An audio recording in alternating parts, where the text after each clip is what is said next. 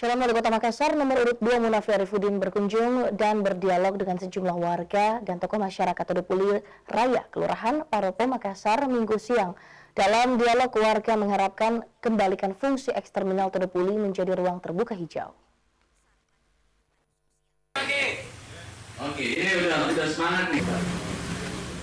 Calon Wali Kota Makassar nomor urut 2 bertagline Makassar Bangkit Munafri Arifudin melanjutkan agenda kampanyenya dengan berdialog dengan sejumlah warga dan tokoh masyarakat di salah satu warkop di bilangan Jalan Todopuli Raya, Kelurahan Paropo, Kecamatan Panakukang, Makassar, Minggu siang.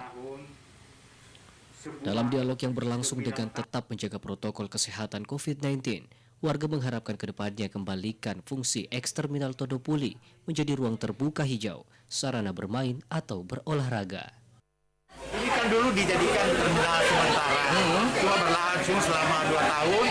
Setelah itu mangkrak seperti ini, digunakan orang dari luar. Harapan kita bahwa fungsi semula sebagai lapang olahraga dikembalikan sebagai ruang terbuka hijau. Taman bermain ya, Taman bermain supaya masyarakat sini bisa sehat, bisa enjoy kan begitu. Menanggapi keluhan dan harapan warga, utamanya pengembalian alih fungsi eksterminal Todopuli sebagai ruang terbuka hijau, Munafri Arifudin yang akrab disapa Api ini berjanji 1 tahun pertama menjabat jika diamanahkan memimpin Kota Makassar menjadi skala prioritas fokus perhatiannya. Apapun bentuknya, kami akan memperjuangkan ini insya Allah di tahun pertama kepemimpinan kami. Ini sudah harus ada di genggaman pemerintah kota dan sudah punya desain yang cocok untuk warga yang ada di Paropo ini.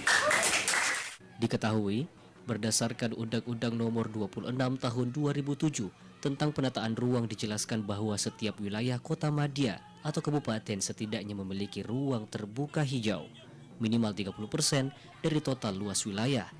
Sementara data dari Dinas Lingkungan Hidup, Pemerintah Kota Makassar ketersediaan RTH tahun 2020 di angka persentase 7,59% atau 1.334 hektar dari total luas wilayah Makassar 175,77 hektar.